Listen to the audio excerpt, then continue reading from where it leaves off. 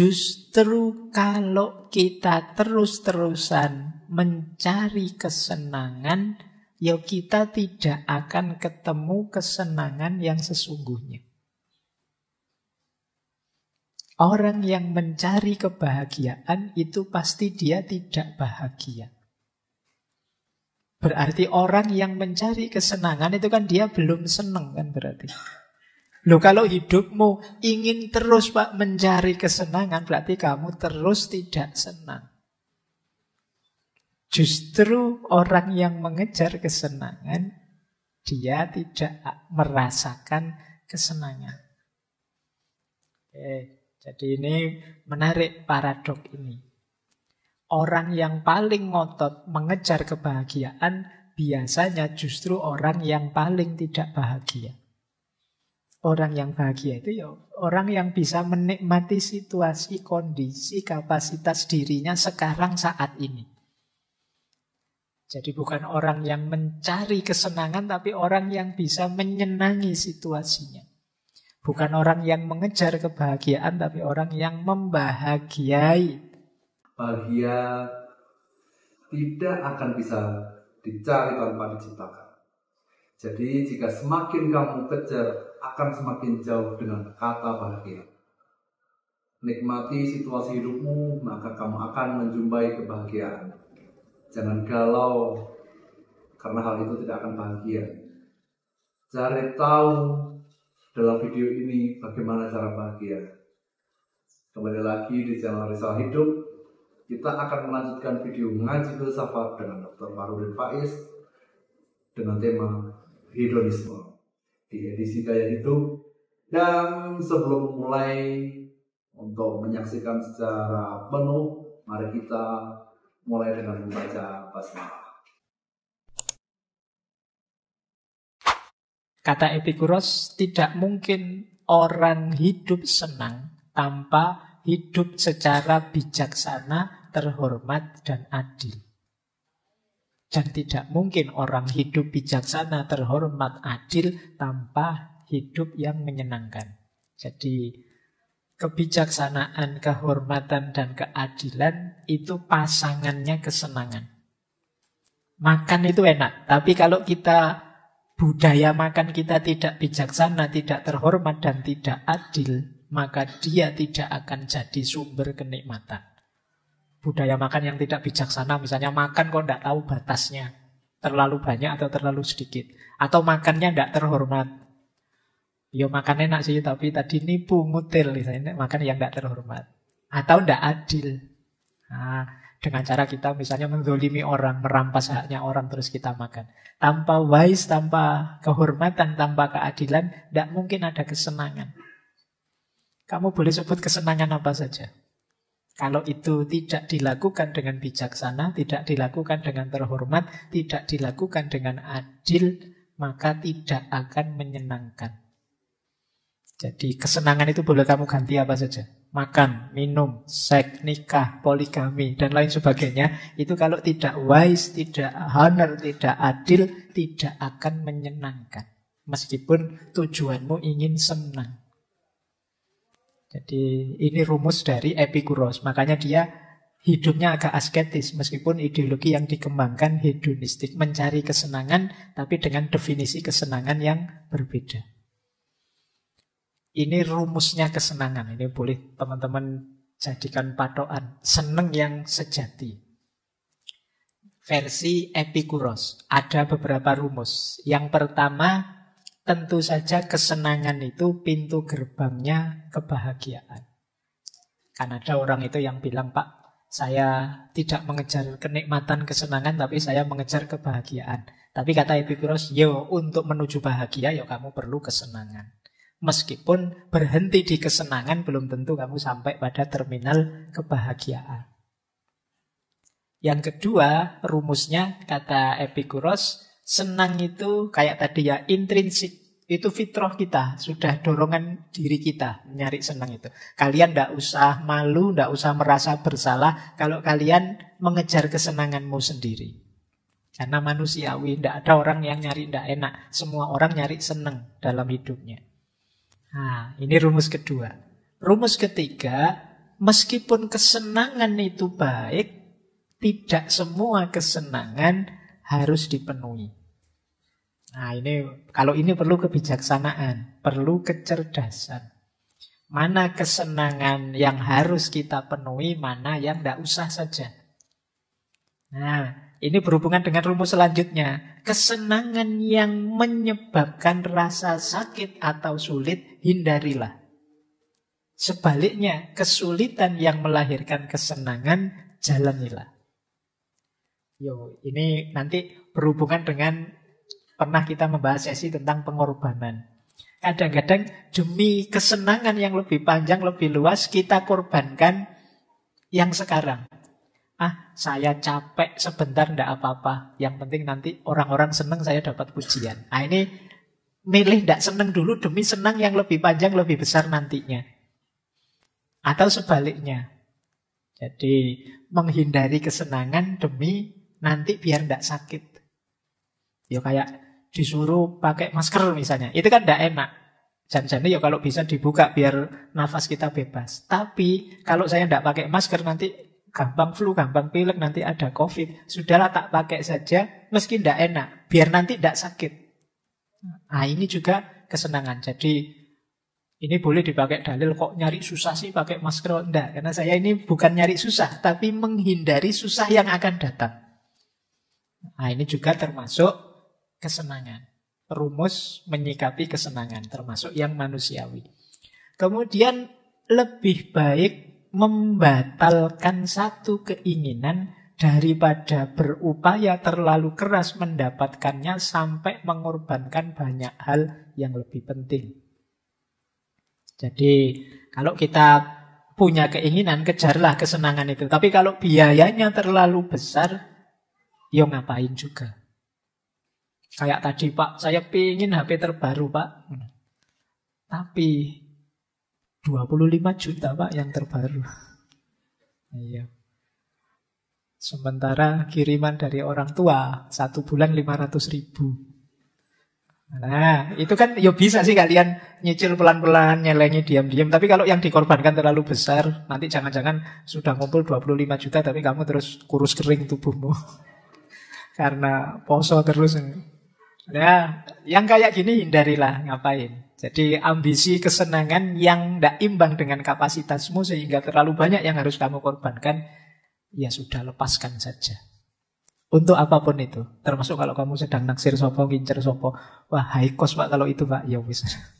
Daripada kamu tekor banyak, ya tidak mesti diterima. Jadi harus taktis, strategis ya. Jangan sampai nanti malah kamu berkorban terlalu banyak untuk hal yang ternyata tidak terlalu penting. Hanya karena mengejar harapanmu akan kesenangan. Nah, termasuk yang terakhir. Kadang-kadang kita harus siap sakit sebentar untuk senang yang lebih panjang. Tidak masalah kalau itu kan. Barang siapa yang tidak siap menanggung payahnya belajar, kan itu. Siap-siaplah menanggung beratnya kebodohan. Berarti apa? Yo sakit sebentar belajar tidak apa-apa, biar besok pinter. Karena bodoh itu high cost. Biayanya lebih besar daripada biayamu belajar. Oke, itu kemarin-kemarin sudah banyak kita bahas. Nah, ini jadi rumusnya kesenangan menurut Epikuros. Nah, menarik kata Epikuros, di antara kunci kita menemukan kesenangan itu terletak dalam kemampuan kita menata keinginan. Jadi kita itu kan punya banyak keinginan dalam hidup ini. Oleh Epikuros, keinginan itu dibagi 3. Ada natural, necessary, ada natural, unnecessary, dan unnatural. Yang pertama natural dan niscaya. Jadi alami dan memang harus dipenuhi. Yo, ini kita ingin makan, ingin tidur, ingin tempat tinggal. Ini kebutuhan-kebutuhan primer. Manusiawi orang menginginkan ini niscaya. Jadi keinginan yang alamiah. Ada lagi yang alami tapi tidak niscaya. Tidak harus begitu. Itu namanya unnecessary. Misalnya rumah besar, makanan mahal, baju keren, HP terbaru. Ini unnecessary. Makan natural necessary. Tapi makan enak, makan mewah, natural unnecessary namanya.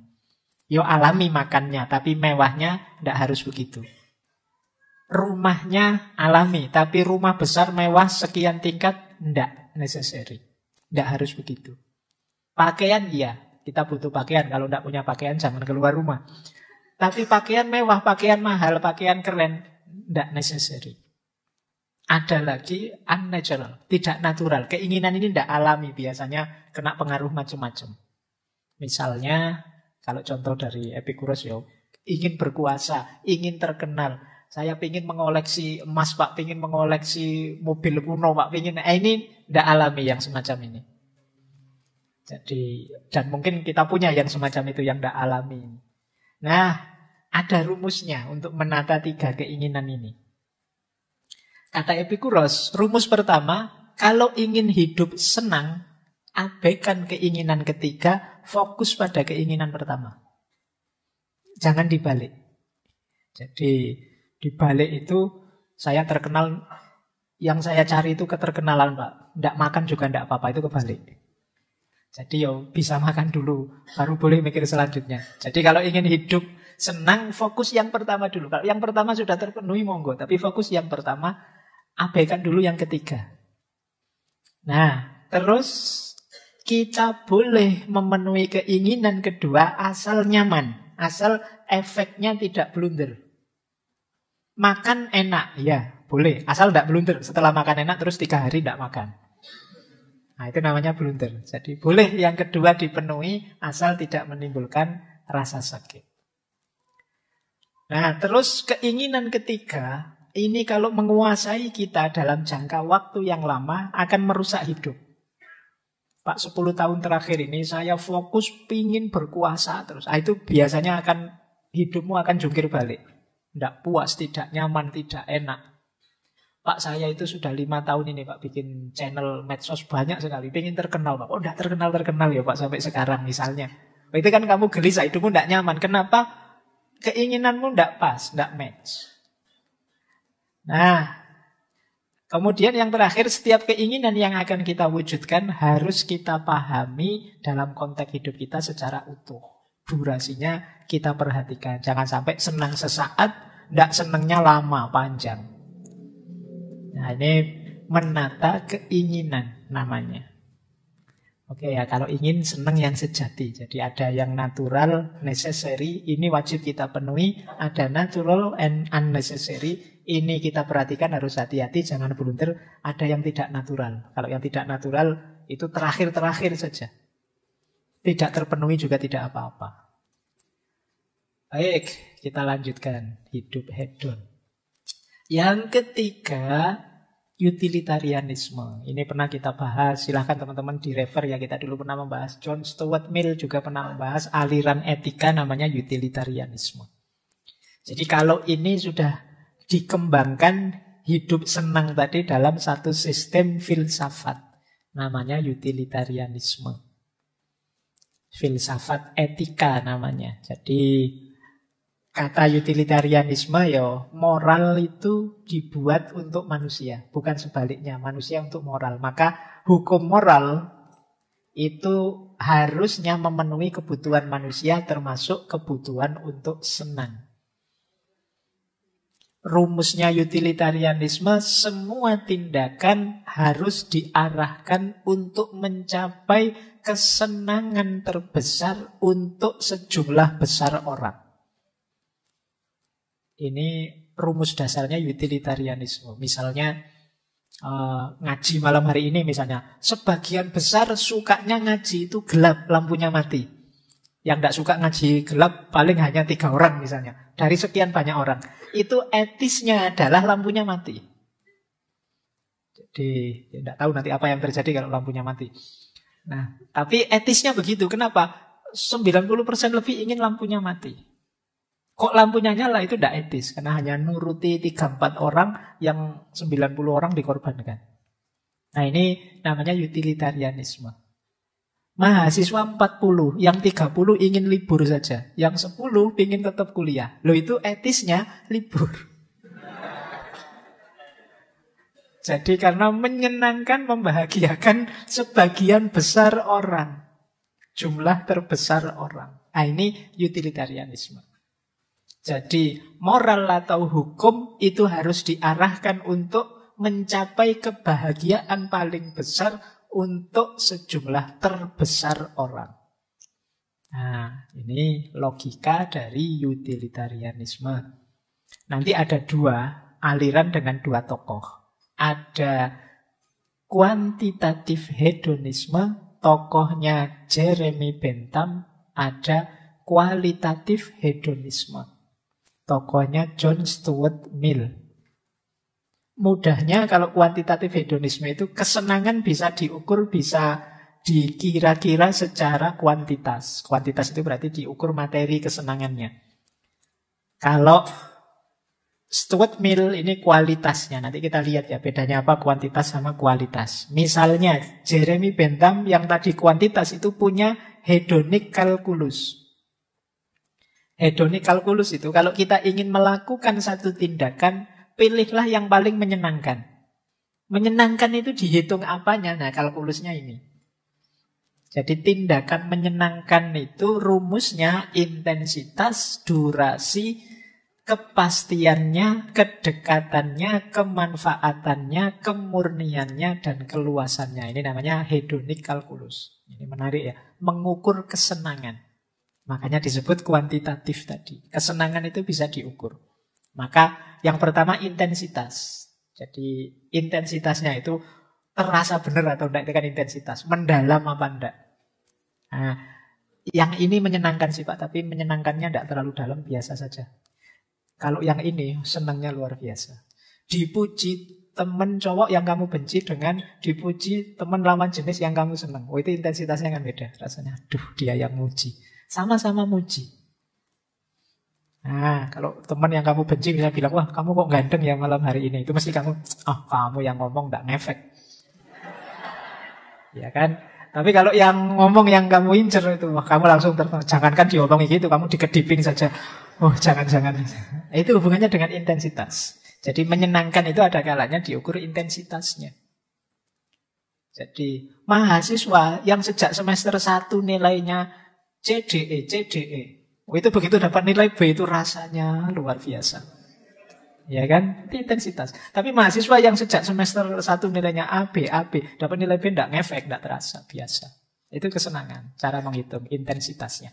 Yang kedua durasi. Durasi ini lamanya. Ini menyenangkan sih, tapi cuma 1 menit. Nah, kalau itu menyenangkan 1 jam. Oh, kalau itu 1 minggu kita bisa senang terus. Nah, ini senang atau tidak bisa diukur durasinya. Bisa juga kepastian. Nah, kepastian ini biasanya berhubungan dengan ini besok mesti enak enggak? Mesti senang enggak? Itu kepastian. Ada yang sekarang kita rasakan dan menyenangkan dengan ini senangnya besok loh. Itu kan beda. Secara kepastian. Kalau ini jelas, kalau itu masih besok, masih belum pasti. Makanya tadi yang tentang akhirat dan lain sebagainya itu kan ada pernyataan yang tadi bahwa ayo kita senang-senang sekarang. Kenapa lebih pasti dibandingkan besok? Itu namanya prinsip certainty. Kemudian yang keempat kedekatan, propinquity. Kedekatan itu senangnya itu berjarak atau memang kita rasakan benar. Jadi nikmat bersamamu itu nikmat yang berjarak atau ya kita memang bareng-bareng, kedekatan. Bukan senang yang di sana, tapi senang yang langsung kita nikmati sekarang bareng-bareng. Nah, itu namanya propinquity. Mungkin antara yang hadir ngaji dengan yang dari YouTube itu mungkin durasi senangnya, intensitas senangnya beda. Kenapa? Kedekatannya beda. Kalau kalian ini kan dekat sekali. Sementara yang YouTube ada jaraknya. Saya bilang malam Kamis hari ini, nanti di YouTube Minggu, jadinya harusnya malam Senin. Tapi kan berbeda. Ada jarak, itu kedekatan namanya. Kemudian fecundity, kemanfaatan. Jadi, oh ini manfaatnya banyak sekali buat saya. Nah, yang sana enggak, biasa saja. Itu level kesenangan dari sisi kemanfaatan. Kemudian purity. Purity itu kemurnian. Asli enggak ini? Ini senang sih Pak, tapi agak kecampur sedih-sedih gimana itu. Jadi enggak terlalu senang. Wisuda ini saya senang Pak, tapi begitu ingat setelah ini mau apa. Iya. seneng saya tinggal separuh, Pak, atau hilang sama sekali. Itu berarti sudah tidak murni lagi seneng, sekarang sudah kecampur macam-macam. Ya kan? Saya nembak diterima seneng sih Pak, tapi terus berarti habis ini saya harus neraktir, saya harus jalan-jalan nganter, kuliah nganter. Wah, berarti ini tidak murni, berarti tidak purity. Itu bisa diukur kesenangan. Kemudian yang terakhir tentu saja keluasan. Jadi kalau keluasan ini ya semakin banyak orang yang senang, itu semakin hedon, semakin menyenangkan berarti. Lebih enak. Jadi kalau ada dua kesenangan, pilih yang ini menyenangkan semakin banyak orang. Itu nilai ekstensi. Kalau ada dua kesenangan, pilih yang paling murni, purity. Kalau ada dua kesenangan, pilih yang lebih banyak manfaatnya. Kalau ada dua kesenangan, pilih yang paling dekat kesenangannya, bukan kesenangan yang jarak jauh. Kalau ada dua kesenangan, pilih yang lebih pasti. Kalau ada dua kesenangan, pilih yang durasinya lebih panjang. Kalau ada dua kesenangan, pilih yang lebih intens. Ini yang dimaksud hedonic calculus. Ketika kita milih saya harus melakukan apa, hitung itu. Kita kan nyari senang. Nah, Pak, ini ada banyak pilihan nih Pak. Pilih dengan kalkulus ini. Putuskan yang paling intensif, durasinya paling panjang, lebih pasti, lebih dekat, lebih manfaat, lebih murni, dan lebih luas jangkauan kesenangannya. Ini teori namanya hedonic calculus, makanya disebut kuantitatif. Tapi nanti dikritik oleh John Stuart Mill yang punya teori kualitatif. Kalau menurut John Stuart Mill ya tidak bisa diukur seperti itu. Ada banyak kesenangan, mungkin durasinya lebih pendek, tapi lebih menyenangkan. Tidak bisa dilihat kuantitatifnya saja. Makanya nanti Stuart Mill menyebut, kesenangan itu ada levelnya. Ada kesenangan level bawah, level dasar, ada kesenangan level tinggi. Kesenangan level bawah itu ya tadi makan, minum, seks, istirahat, kesenangan indrawi. Ini kesenangan yang sifatnya sementara, penuhi secukupnya saja. Karena kalau berlebihan dia akan berubah jadi ketidakenaan, ketidaksenangan. Beda dengan kesenangan yang lebih tinggi. Kesenangan yang lebih tinggi itu kesenangan intelektual, kesenangan estetik, kesenangan spiritual. Ini jauh lebih tinggi, lebih abadi, lebih tahan lama. Semakin banyak, semakin lama, semakin menyenangkan. Ilmu itu sedikit paham, membahagiakan, banyak paham, tambah bahagia, tambah banyak lagi, tambah bahagia. Itu intelektual. Estetik juga begitu, seni juga, spiritual juga begitu. Tambah dekat dengan Tuhan, tambah sadar dimensi ilahiyah hidup, tambah menyenangkan. Ini yang level tinggi. Kalau yang level rendah tadi enggak. Yang level rendah itu penuhi secukupnya saja. Jadi tidak bisa semuanya dihitung pakai kalkulus tadi. Nah, ini kritiknya Mill. Misalnya makan tadi. Makan yang lebih intensif ya terlalu intensif ya nanti kamu perutmu bisa meledak oleh makanan itu. Makan lagi. Ini lebih intensif Pak, lebih dekat Pak, lebih. Iya. Tapi ya harus ngerti batasnya. Jadi ini perspektifnya Mill. Alirannya namanya utilitarianisme. Eudaimonistik utilitarian. Utilitarian yang menuju kebahagiaan. Jadi filsafat ketiga yang membahas hedonisme, utilitarianisme. Yang kedua tadi filsafat epikureanisme, kemudian yang pertama tadi sireanisme. Oke, waktunya mau habis. Nah, sekarang kita lihat ada beberapa perspektif yang mungkin perlu kita pertimbangkan. Yang pertama, ada namanya paradok hedonisme. Jadi paradok hedonisme itu ya paradok dari kesenangan. Ini unik. Dalam paradok ini ada pandangan justru kalau kita terus-terusan mencari kesenangan, ya kita tidak akan ketemu kesenangan yang sesungguhnya. Orang yang mencari kebahagiaan itu pasti dia tidak bahagia. Berarti orang yang mencari kesenangan itu kan dia belum senang kan berarti. Loh kalau hidupmu ingin terus Pak mencari kesenangan, berarti kamu terus tidak senang. Justru orang yang mengejar kesenangan, dia tidak merasakan kesenangan. Jadi ini menarik paradok ini. Orang yang paling ngotot mengejar kebahagiaan biasanya justru orang yang paling tidak bahagia. Orang yang bahagia itu ya orang yang bisa menikmati situasi, kondisi, kapasitas dirinya sekarang saat ini. Jadi bukan orang yang mencari kesenangan, tapi orang yang bisa menyenangi situasinya. Bukan orang yang mengejar kebahagiaan, tapi orang yang membahagiai hidupnya saat ini. Ini namanya paradok hedonisme. Jadi di situ saya kutipkan pandangannya Viktor Frankl. Kata Viktor Frankl, kebahagiaan itu adalah hasil samping atau efek samping yang tidak disengaja saat kita mengabdikan diri untuk orang lain, untuk tujuan yang lebih besar, atau saat kita menyerahkan diri pada orang lain atau sesuatu di luar diri kita. Nah, ini menarik. Ini sebenarnya tips dari Viktor Frankl.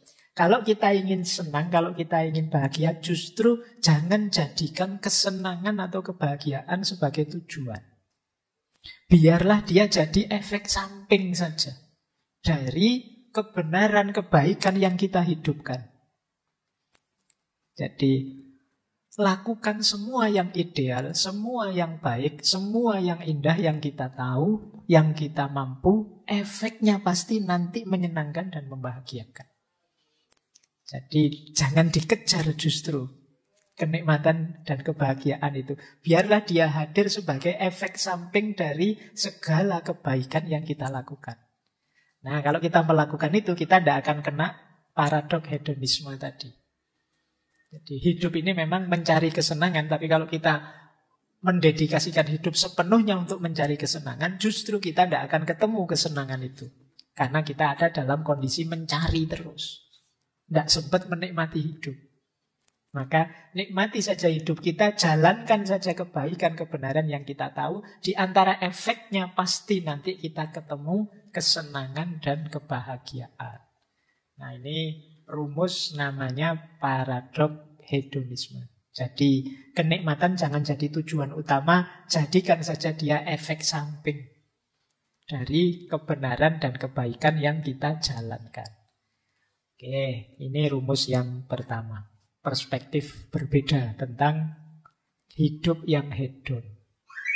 Jadi Pak, saya itu sebenarnya tidak ingin senang-senang dengan HP terbaru, tapi kok tiba-tiba saya itu kerja keras, jujur, dapat rezeki yang banyak sekali. Saya bingung uang banyak ini buat apa, ya sudah lah Pak, tak beliin HP terbaru. Nah, itu kan beda. Dibandingkan kamu ngejar HP terbaru, ngejar mobil terbaru. Ini efek samping saja. Oh, kelihatannya tetangga-tetangga, anak istri dapat banyak manfaat. Kalau saya punya mobil baru, ya saya belilah mobil baru. Kebetulan uangnya ada. Sebenarnya tujuannya tidak ke situ. Nah, ini menghindarkan dari paradok hedonisme. Oke, ini perspektif pertama. Perspektif kedua yang mungkin penting kita renungkan. Ini juga banyak dibahas orang belakangan, namanya hedonic treadmill. Hedonic treadmill ini penyakit yang lain. Kalau tadi kan orang yang mengejar kebahagiaan punya penyakit hedonic paradok.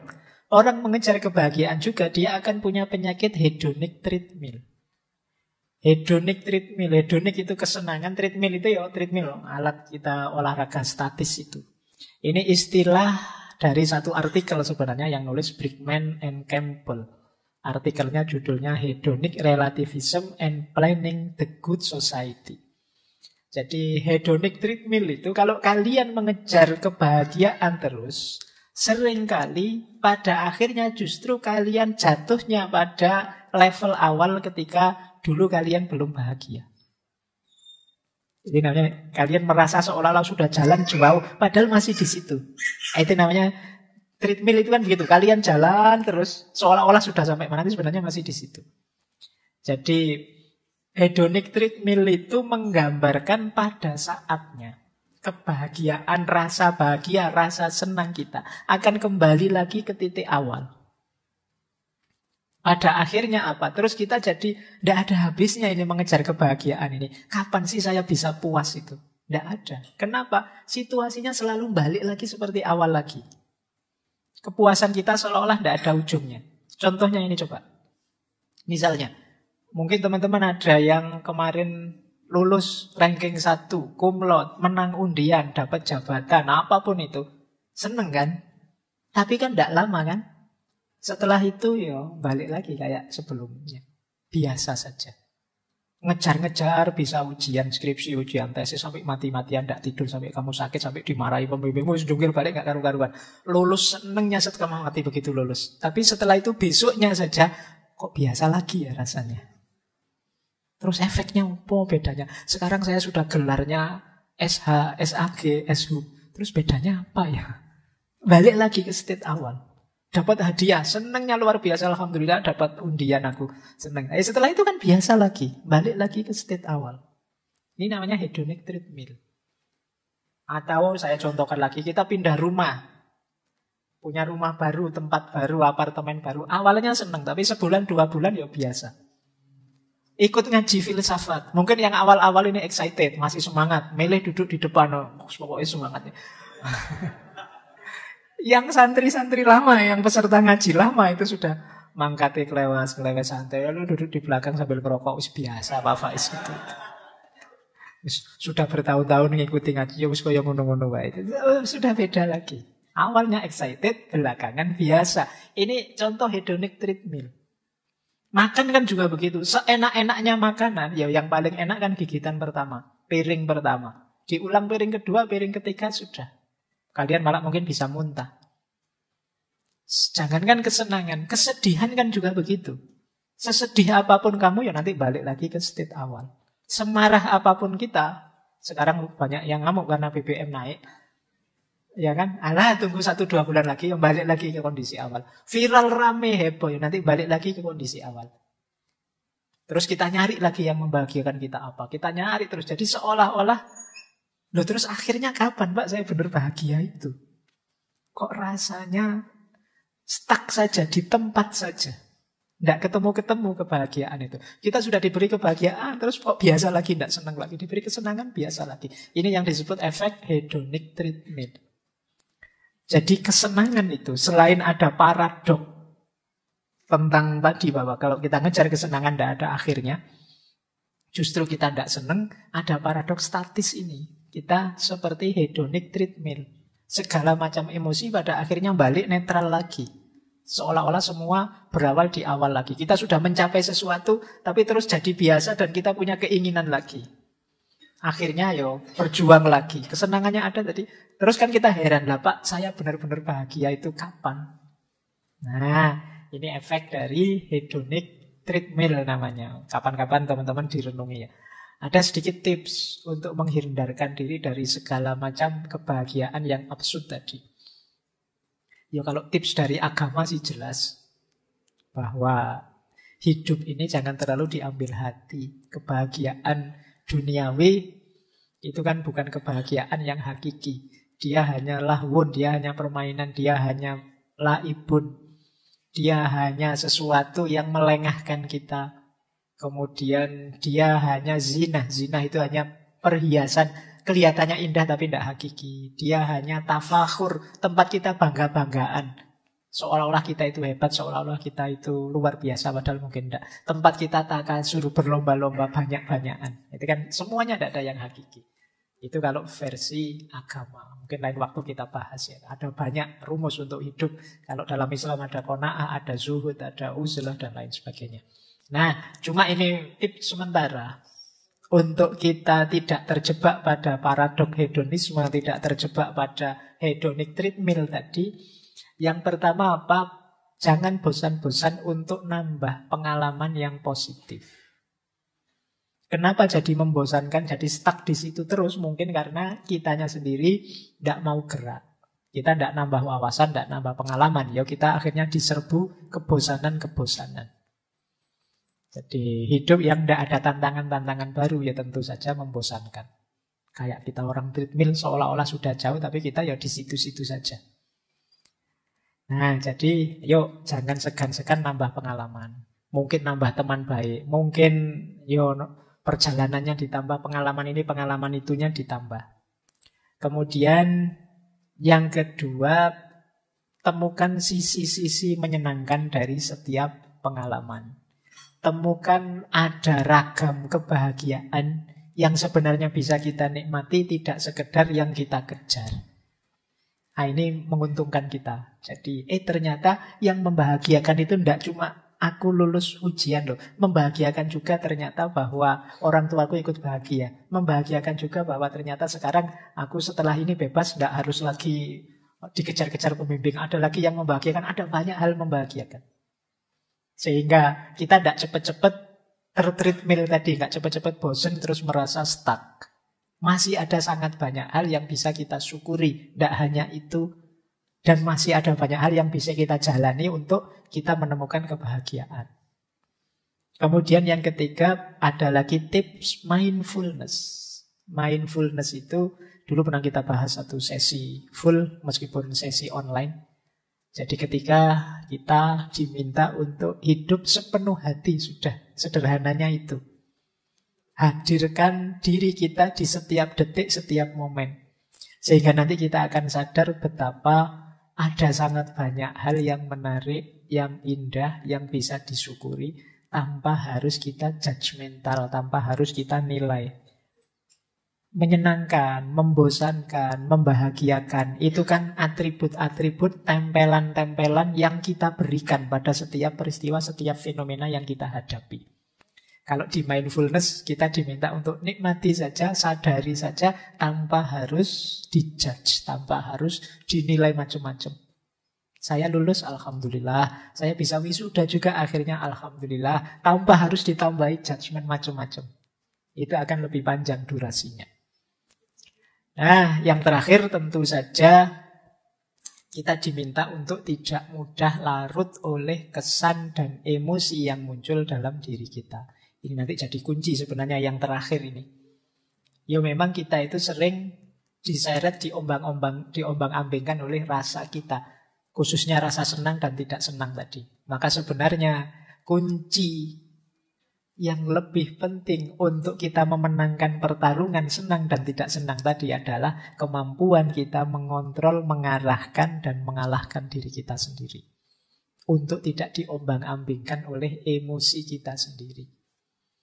Nah, ini nanti jadi kunci biar tidak jatuh pada hedonic treadmill atau paradok hedonism tadi. Ya memang orang hidup ini nyari senang, siapa sih yang tidak mencari kesenangan. Tapi kesenangan yang jauh lebih tinggi, jauh lebih luas, dan juga kesenangan yang tidak sekedar permainan emosi saja. Nah, ini mungkin jadi PR-PR kita agar tidak terjebak pada perilaku hedonistik khas masa kini dengan 5 ciri tadi yang banyak kita prihatinkan.